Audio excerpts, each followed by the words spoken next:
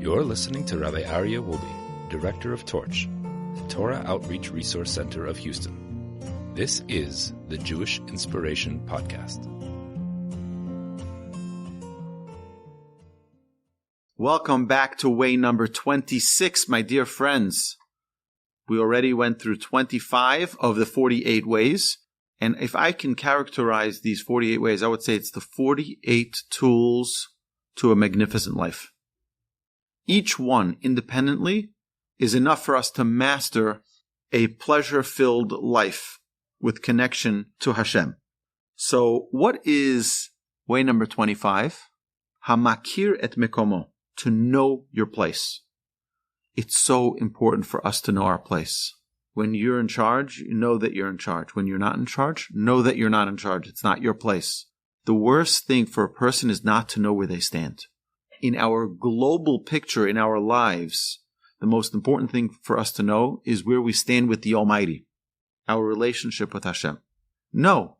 We just had a training with Rabbi Aryeh Wolbe for Hitzbodedut, for personal introspection, a personal time where you just are out in the fields.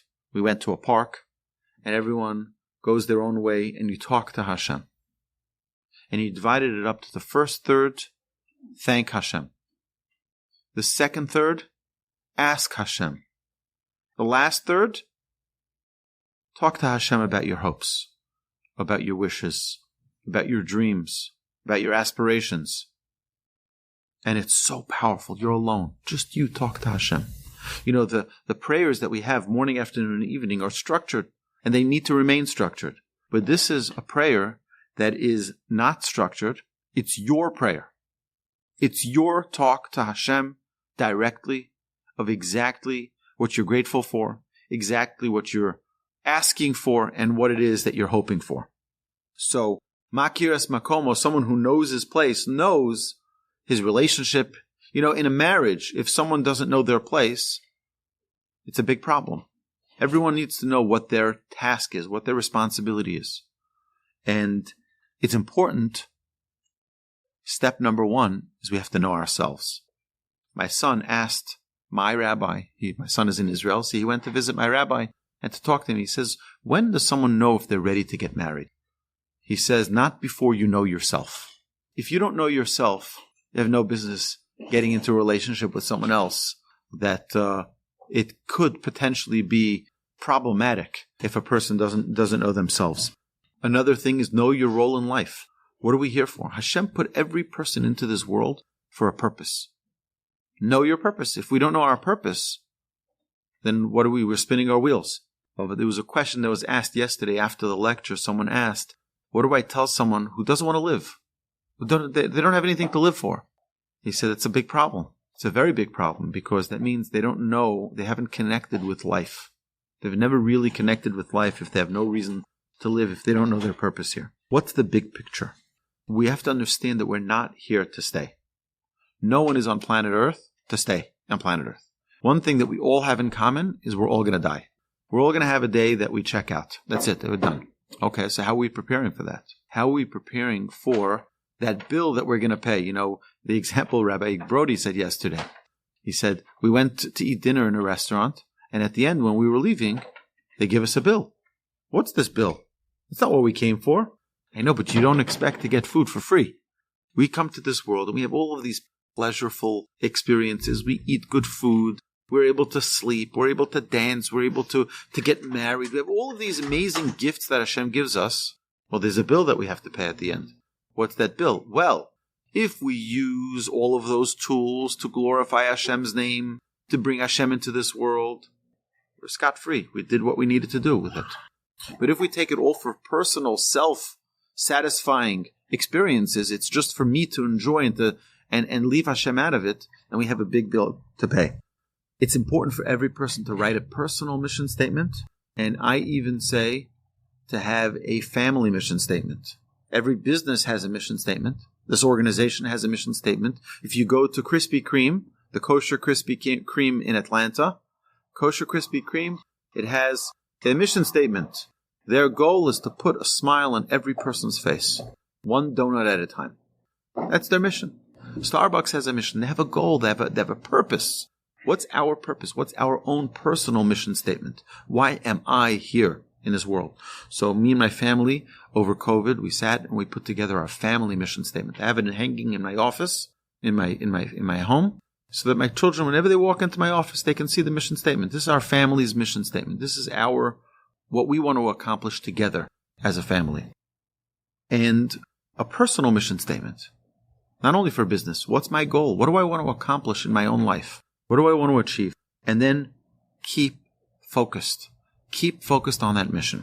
When in the presence of someone who's more knowledgeable, think twice before speaking. One of the worst sins that the Talmud says is a student who speaks in front of his rabbi. Someone asks the rabbi the question and the student jumps in. It's one of the most severe things that someone can do. Someone you don't know your place, that's the problem. You don't know your place. Someone who doesn't know their place, it's not good. Don't be afraid to ask others for advice. There are many people who are smart, who have great wisdom, who have great life experience. They don't have to be professionals. Of course, we have our in-house doctor, but they don't have to be professionals. People who just have life experience can also give you guidance and give you direction. If you don't take control of your life, you're being manipulated by others. We're being manipulated, by the way, by media, by social media. Do you know people pay a fortune, companies pay a fortune of money to buy your data? They buy where you go, what you shop, what you search. You ever talk about watches and suddenly all of the advertisements are about watches? You talk about vacation and suddenly all the advertisements are about vacation. You talk about vacation to Mexico and suddenly all the vacations to Mexico are available. And you talk about a cruise, whatever it is. It's unbelievable. They're listening constantly. And that data is being purchased. The data is being purchased. Target buys that data, and then they advertise their products to you. VPN is also but if we don't take control of what our objective, what our goal is, they will. And they're going to guide us how they want us to shop and how they want us to spend money and how they want us to be reckless and careless in how we spend and run around from one thing to the other. We were created, each and every one of us were created to fulfill our own unique role in life. We have our own things that we need to accomplish that no one else can. No one else can accomplish it for us. So each one of us, we think, as long as I'm part of the 50 percentile, I'm safe. No. I'll tell you an amazing story. My brother and my father were in a conversation on Purim. I was probably 16 years old at the time. I think I was 16 years old at the time. And my father was completely inebriated. It's Purim, that's the mitzvah. But we know what comes out when you're drunk. The truth comes out. And it was the most God-fearing experience I've ever had. My brother was at a stage in his life, one of those stages, and my father shot a bullseye into his challenge. My father said, "You are not doing as good as you can do." He says, "What do you mean? I'm doing exactly like everyone else." He says, "That's your problem." It's my father. I remember him, totally drunk. He said, "That's your problem. See, when you're standing in front of the Almighty after 120, you're going to be standing there and you're going to be looking around. Hashem's going to say, 'Did you do what you needed to do?' I did. Like, 1 second, where is everybody?" You're going to be standing there alone. You're going to have to answer alone for your own doings or misdoings. And no one else is going to be there to be your attorney or to say, "I can vouch in front of the Almighty. I can vouch. He was a fine gentleman." No. There's no lawyers there. It's you standing in front of the Almighty. That's it. And it struck a chord with me and with everyone else who was there. That's really what it's about. We have to take personal responsibility that we're not just like everyone else. Whatever everyone else does, that's what I'll do. I'll just fit in. No. Hashem didn't ask Einstein to just fit in. You have to be an Einstein. You have to be don't just fit in. Fit in means that you produce average. He was well above average. You have to excel. Every one of us can excel in our own areas. We have our own responsibilities, the things that we need to accomplish. And when the moment calls for it, we have to take the lead. In whatever it is. Whatever situation comes our way, why does it come our way? Hashem says, here you go. You have an opportunity. Lead. Do something with it. I remember coming to my grandfather's house once. We used to have a family gathering with my grandfather every Motzei Shabbos, every Saturday night. And one time we get there, and my grandfather's not sitting at the front of the table. He's sitting on the side. Who's sitting at the front of the table? My great uncle, Reb Chaim Kreisworth. He was the chief rabbi of Antwerp. My grandfather had a tremendous debt of gratitude to him. He helped my grandfather and my grandmother get married. He helped get my grandfather the visa to come from Sweden to come to what was then Palestine, so that they can get married. And he was a master Torah scholar. He felt it an obligation for him to give honor to his brother-in-law. My grandfather, what are you talking about? My grandfather was a giant in Torah himself, but he knew his place. Even though I would say my grandfather should stay there and let the... No. He felt his place was on the side. Let him take My grandfather sat there, quiet, didn't say a word. Just listened to everything that this great rabbi, his brother-in-law, said with utmost respect, serving him, taking care of him. It was an unbelievable sight. You see someone who's such a giant, just stand in the corner. Let someone else shine. This is his opportunity. This is what he felt his responsibility was. There was a very, very wealthy person who was traveling around Europe. He went to go visit the great Chafetz Chaim. The great Chafetz, who didn't want to see the Chafetz Chaim? My grandfather once, I asked him, I said there was a yeshiva that approached me. They said, your grandfather's Rabbi Wolbe. Can we take the yeshiva we're visiting from Tiberia, from Tiberias? Can we bring the students to Rav Wolbe so that he can give them a blessing? I said, I'll ask. I went to my grandfather. I said, is it okay? They want to come to the yeshiva. He says, nah, they shouldn't come to me. I said, why should they come to me? He says, they should go to Reb Mordechai Zuckerman. They should go to Reb Mordechai Zuckerman. I said, why Reb Mordechai? Why are you sending them away? He says, 2 reasons. 3 reasons, he said. Number 1 is because he's really a righteous Jew.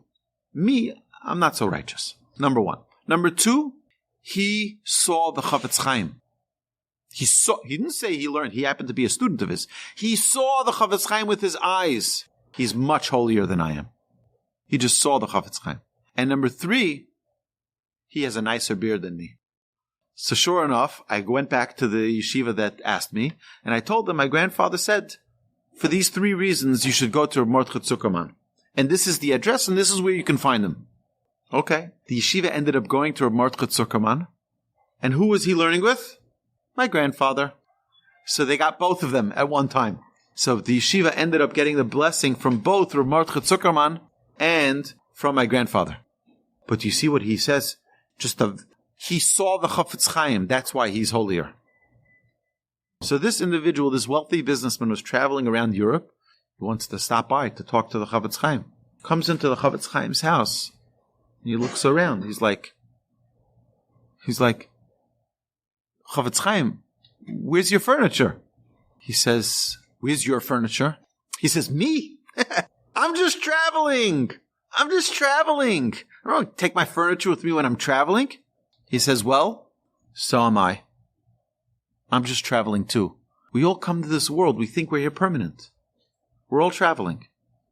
We collect furniture. We collect more. We're a culture today which is called a consumer culture. We buy and buy and buy and buy and buy. I don't need it, but it's a great deal. I have to. I can't. It's like, because we feel permanence. We feel like we're here forever. The Chafetz Chaim remembered every day, I'm only traveling. I'm passing through. Well, I'm going to start collecting things. Someone who travels around Europe doesn't take their furniture with them. Because I'm traveling through this world. I don't have time to collect things. That's how simple he was. Most people don't know or recognize that we are temporary. We don't realize that. We think we're permanent. Hamakir Et Mekomo, someone who knows their place. They know they're not here forever. We're not here forever. We remember the world to come. We have a seat waiting for us. It says, Kol Yisrael Yesh lehem chelek lo'olam haba. We only earn our ticket if we do what we need to do. The seat is waiting. It's your seat in Olam haba. But we have to do in order to earn that ticket to get that seat. Kol Yisrael yesh lehem chelek lo'olam haba. Every Jew has a portion in the world to come waiting for them. We just have to pick it up. Pick up the ticket. It says that he who runs after honor, honor runs away from him. He who runs away from honor, honor runs after him. That's the nature of the world. You run after something, it runs away from you. Torah, happiness, is compared to water. It goes to the humble. It goes to the lowest place possible. Water, when you put water into a thing, it doesn't stay at the top of the pan, it goes to the bottom. Oh, you're humble. That's where the happiness goes to. People who are arrogant don't have happiness. Right? Torah is compared to water. It goes to the lowest common denominator, to the humble. We'll end off with the Talmud. The Talmud says it was someone who was one of the sons of the Tanaim, of the Tanaic sages, went into a coma. And when he got out of the coma, his father asked him, he says, what did you see there? You were in the world to come, you were able to see. What did you see? He says, Olam hafuch ra'isi. I saw an upside down world. Elyonim lamata, tachtonim lamala. Those who were pushed down in this world were the ones who were elevated in that world. Those who are elevated in this world and honored, they were put down in this world. It's almost like the members of Knesset and the members of Congress. Right? The members of Knesset are the lowest creatures on planet Earth. The lowest. The politicians are the worst. It doesn't make a difference what side of the aisle they are. Politicians are the worst. Can't trust the word they say. Can't trust the word they say. They'll say today, oh, of course, sure, how are you, Mr. Rosenstock? Great to see you. When you need them, gone. As long as you voted for them, they're great. As soon as you voted already, it's done. They don't know who you are. Can't help you. It's a real problem. We think that those who are honored in this world are the ones who are honored in the world to come. It's the exact opposite. Look at those who are not being honored. Look at those who are being trampled on. Look at those are the ones who God holds at the highest esteem. It says, Hamakir Et Mekomo. Hamakir Et Mekomo. Who knows his place. This way is knowing your place. You know what makom means? When we console a mourner, we say, Hamakom yinachem etchem. Who's the makom? Makom is the Almighty. Hamakir et mekomo, he knows his Creator. That's what this way is. We have to know where we stand with our Creator. Recognize your God, your mission, what God put you into this world for. So, my dear friends, way 26 is a really important way for us to know where we stand. You've been listening to the Jewish Inspiration Podcast, a Torch production. Become a supporter at torchweb.org because your assistance enables more Torah learning around the globe. To find more lessons offered by Torch, please visit torchpodcasts.com.